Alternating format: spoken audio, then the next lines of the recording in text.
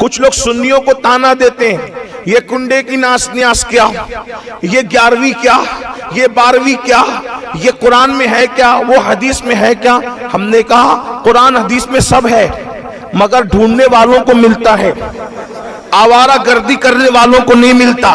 کنڈا کدھر، یہ کدھر، وہ کہ ہم نے کہا حدیث میں بھوکوں کو کھانا کھلانا، بھوکوں کو کھانا کھلانا۔ ہمارے بزرگوں نے کیا کیا کہ چلو بھوکوں کو ہی کھلانا ہے، تو آدمی ایسے مصروفیت کی وجہ سے تو بھول بھی جاتا ہے، بھئی ذہن سے نکل جاتی بات، کتنا کھلائے گا، تو موقع بنا دو، 11ویں آئے تو غوث پاک کے نام پہ کھلا دے، چھٹی آئے تو غریب نواز کے نام پہ کھلا دے، میلاد النبی آئے تو میلاد کے نام پہ کھلا دے، 22ویں آئے تو کنڈے کی نیاز امام جعفر صادق کے نام پہ کھلا دے، کھلاتا رہے۔ اب لوگوں کو یہ سوال ہوتا ہے، اچھا چلو کھلا رہے ہو تو کھلا رہے ہو، پھر یہ کنڈے میں پوری ہی کیوں؟ آج کل کچھ ذرا ٹیکنیکل سوال کرنے والے دماغدار زیادہ پیدا ہو گئے کہ یہ پوری ہی کیوں؟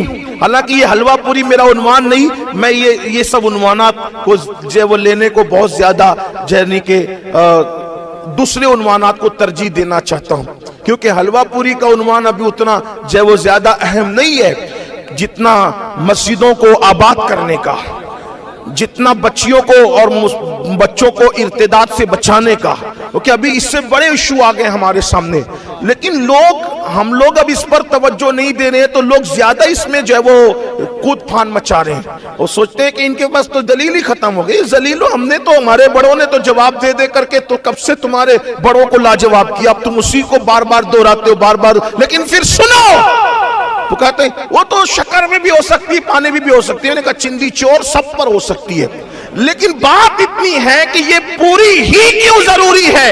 راشد بھائی، یہ سوال بار بار دہرایا جا رہا ہے، کیوں ضروری ہے؟ میں آپ سے کہنا چاہتا ہوں، یہ ہمارے بڑے بزرگوں کی دور اندیشی ہے۔ وہ چاہتے ہیں کہ بہت سارے غریب ایسے ہیں، سال بھر ان کو پوری دیکھنا بھی نصیب نہیں ہوتی۔ تمہیں کیا پتا بلڈنگوں میں، محلوں میں رہنے والوں، تمہیں کیا پتا تم کچھ بھی کھاتے ہو؟ اگر تم نے غربت دیکھی ہوتی اور فاقہ کشی کی ہوتی تو تمہیں غریب کی بھوک کا احساس ہوتا۔ ہمارے بڑوں کو اس کا اندازہ تھا، جنہوں نے پیٹ میں پتھر باندھے تھے، بھوکے رہے تھے، جنہوں نے پہاڑوں میں ریاضت اور مجاہدے کیے تھے، کہ پوری اس لیے بنے گی کہ بہت سے غریب ایسے سال بھر ان کو پوری دیکھنا نصیب نہیں ہوتی، تو 22ویں میں پوری ہی فکس کر دو کہ 22ویں میں امام جعفر صادق کا نام ہو جائے گا اور غریب کا کام ہو جائے گا۔ جب 22ویں کے نام پر کوئی غریب پوری کھاتا ہے تو اس کی آنکھ سے آنسو بہتے ہیں کہ آج امام جعفر صادق تیری عظمت کو سلام، میرے آقا تیرے صدقے میں ہمیں پوری کھانا نصیب ہو، یا اویس کرنی آپ کے صدقے میں ہمیں حلوہ نصیب ہو۔ کھاتا کون ہے؟ غریب کھاتا ہے، اور میں تو کہتا ہوں مالدار بھی کھائے تو کیا حرج ہے، اس لیے کہ ہمارے یہاں تو کھلا نہیں ہے، نیکی کسی کے بھی یار کتے کو پانی پلانے پہ جنت ملتی ہے، اگر کسی غریب کو پوری کھلا دو وہ بھی امام جعفر صادق کے نام پر، تو پھر کیا بات۔ لیکن پھر لوگ تھوڑی سی دور کی کوڑی لے آتے، تو میں تھوڑا اس کو بھی کہا کہ یہ فلاں لوگوں سے مشابہت ہو جاتی ہے، وہ فلاں بناتے ہیں، حالانکہ کوئی اولا فلاں ہم نہیں جانتے کسی کو، وہ گستاخ صحابہ وہ فلاں طبقہ بناتا ہے۔ میں نے کہا اگر ایسی بات ہے تو ہم اس کا بھی علاج بتا دیتے ہیں، وہ صحابہ کی دشمنی میں بناتے ہیں، ہم امام جعفر صادق کی محبت بھی شامل کر لیں، صحابہ کے لیے بھی ایصال ثواب کریں، معاملہ ختم ہو جائے۔ نہیں وہ مشابہت ہے، اور جس سے مشابہت ہے وہ اسی کے ساتھ ہوگا۔ ہم نے کہا یہ ہمیں بھی پتا ہے، داڑھی منڈا کے پھرتا ہے، یہودیوں کی مشابہت تجھے نظر نہیں آتی، پھٹی ہوئی پینٹ پہنتا ہے، کافروں کی مشابہت اس وقت تو تجھے نظر نہیں آتی، تیرے پورے گھر میں انگریزوں کی تہذیب ہے اس وقت تو تجھے مشابہت نظر نہیں آتی، امام جعفر صادق کی نیاز کے وقت ہی مشابہت نظر آتی ہے۔ ذرا غور تو کرو کیسی باتیں کرتے ہو، ایسی بات نہ کیا کرو۔ آپ کو بتاؤں، اب آپ کہیں گے قرآن سے آپ نے بات کر دی، قرآن سے کہاں ثابت ہے؟ میں نے کہا سنو قرآن، سمندر میں سب ہے، سمندر میں سب ہے، لیکن جو ساحل پر آوارگی کر رہا اس کو کیا اندر دکھے گا؟ وہ تو گواز جانے گا نا کہ موتی ہے کہاں، یہ بات ہے۔ تو قرآن میں کہا یہ کھلانا پلانا، جب دیکھو جب کھانے پینے کی بات کرتے، میں نے کہا سنو قرآن کہتا ہے، اللہ پاک ارشاد فرماتا ہے، اس کا بیک گراؤنڈ یہ پہلے آیت کا سنو، جب اللہ جنتیوں کو جنت میں داخل کرے گا، جہنمیوں کو جہنم میں داخل کرے گا، تو ایک مقام اور ایک موقع ایسا آئے گا، اللہ جنتی اور جہنمیوں میں بات کرائے گا، دونوں کی آپس میں بات کرائے گا۔ تو جنتی جہنمیوں کو جہنم میں دیکھ کر پوچھیں گے ما سلککم فی سقر، تم جہنم میں کیسے آئے؟ یہ قرآن ہے۔ تم جہنم میں ما سلککم فی سقر، تم جہنم میں کیسے آئے؟ تو وہ کیا جواب دیں گے؟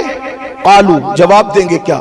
لم نکن من المصلین ولم نکن نطعم المسکین، ہم نماز نہیں پڑھتے تھے اور غریبوں کو کھانا نہیں کھلاتے تھے، اس لیے جہنم میں آئے۔ تو ہمارے بزرگوں نے کہا جہنم میں انسان کیوں جائے گا؟ نماز نہ پڑھنے کی وجہ سے، غریبوں کو کھانا نہیں کھلانے کی وجہ سے۔ ہمارے بزرگوں نے نعرہ لگایا نیاز بھی کرو، نماز بھی پڑھو، جنت میں چلے جاؤ۔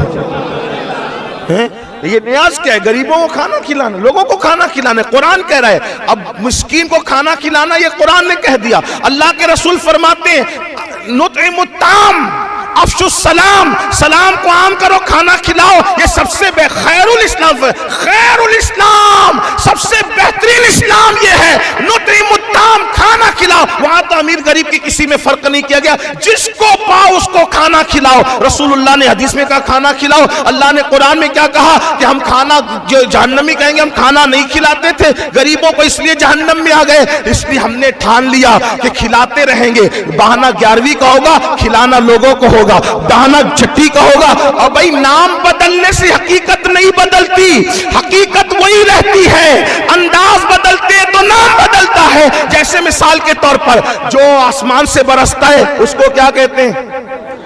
وہ کیا کہتے ہیں اس کو؟ آسمان سے برسنے والی کو کیا کہتے ہیں؟ بارش۔ کنویں میں چلے جائے تو کنواں، نہر میں چلا جائے تو نہر، ندی میں چلا جائے تو ندی، سمندر میں چلا جائے تو ہے کیا؟ ہے کیا؟ پانی۔ ایسا دیکھا پانی نہ ہو اور بارش ہو، پانی نہ ہو اور کنواں ہو، پانی نہ ہو اور ندی ہو، پانی نہ ہو اور سمندر ہو، پانی نہ ہو اور نہر ہو، کہ نہیں پانی ضروری ہے پانی، برسے گا تو بارش، کنویں میں تو کنواں، دریا میں تو دریا، سمندر میں تو سمندر، اور جھیل میں تو جھیل، مگر ہے کیا؟ حقیقت ایک ہے۔ انداز بدلے نام بدلا، لباس بدلے نام بدلا، تو یہ بھی کیا ہے؟ یہ ہے کھانا کھلانا۔ نطعم الطعام، حدیث کری نطعم الطعام، کھانا کھلاؤ، حقیقت کھانا کھلانا ہے۔ 12ویں پہ کھلایا تو میلاد النبی ہو گیا، غوث پاک کے نام پہ کھلایا 11ویں ہو گیا، غریب نواز کے نام پہ کھلایا 6ٹھی ہو گیا، جعفر صادق کے نام پہ کھلایا 22ویں ہو گیا۔ ہے کھلانا، لباس بدل رہے ہیں، نام بدل رہا ہے۔ اصل چیز کیا ہے؟ نطعم الطعام، کھلاتے رہو، کھلاتے رہو۔ برا میرا عنوان وہ نہیں تھا، عرض کیا کر رہا تھا، بس اب اینڈ کر دیتا ہوں۔ ایک بات حضور کی، ایک بات غریب نواز کی بات کرتا ہوں۔ غریبوں کو حضور کھلاتے کیسے؟ ہائے ہائے ہائے، سن لیجئے، آج بھی ہمیں کھلا رہے ہیں، وہی کھلا رہے ہیں بھائی، اپنی اوقات ہی نہیں ہے۔ میرے امام آسما خان، زمین خان، زمانہ مہمان، صاحب کھانا لقب کس کا ہے؟ تیرا تیرا۔ اور آپ کو بتاؤں قیامت میں بھی کھائیں گے ان کے ساتھ۔ حدیث پاک کا مفہوم ہے جو پنجتن پاک سے سچی محبت کرے گا، اس کو ساتھ میں بطور مفہوم شامل کر لوں، احترام صحابہ کے ساتھ۔ آج کل لوگ پنجتن پاک کی محبت کی بات تو کرتے ہیں لیکن صحابہ میں بھڑاس نکالتے ہیں۔ میں ان سے کہتا ہوں سچا پنجتنی وہی ہے جو صحابہ کا احترام کے ساتھ اہل بیت سے محبت کرتا ہے۔ اب سنیں اس کو، آگے سنیں آپ، توجہ ہے آپ کی۔ میں ہر 2 جملے پر آپ کو سبحان اللہ کہنے کی بات نہیں کروں گا، کیونکہ میں تو آپ کے ایمان پہ چھوڑتا ہوں کہ آقاؤں کا ذکر سن کر آپ چپ رہتے ہیں یا بولنا بھی جانتے ہیں۔ آقاؤں کا ذکر سن کر تو پتھر بھی بولتے ہیں، آقاؤں کا ذکر سن کر تو مردے بھی بولتے ہیں، اگر غوث پاک کا ذکر کریں تو پھر مردے بھی بولنے لگتے ہیں۔ تو عرض کیا کر رہا تھا، توجہ فرمائیں۔ اللہ اکبر۔ پنجتن پاک سے جو سچی محبت کرے گا، قیامت کے دن اعلان ہوگا، او پنجتنیوں، اہل بیت سے محبت کرنے والوں، عرش کے نیچے دسترخوان لگا ہوا ہے، پنجتن بیٹھے ہیں، تم بھی ان کے ساتھ دسترخوان میں شامل ہو جاؤ، اس لیے کہ تم دنیا میں نبی اور آل نبی سے عشق کرتے تھے، تو جو ان سے عشق کرتا تھا آج دسترخوان ان کا آباد ہو رہا. سوچو تو کیا مزے ہوں گے. میں ان کے در کا بھکاری ہوں فضل مولا سے, حسن فقیر کا جنت میں بسترا ہو. حضور کیسے کھانا کھلاتے تھے سن لیجئے. حضرت سیدنا ابو ہریرہ کہتے ہیں کہ جب مدینہ شریف میں ہمارے ابتدائی دن تھے تو حالات بڑے نازک, بہت مصیبتوں سے اسلام پھیلا ہے. حضرت ابو ہریرہ کہتے ہیں اتنی بھوک لگتی تھی کہ کبھی کبھی بھوک کی وجہ سے میں زمین پہ چت لیٹ جاتا تھا تاکہ اپنے پیٹ کو آرام دوں. اللہ اکبر. کئی دن تک کھانے کے لیے نہیں رہتا تھا.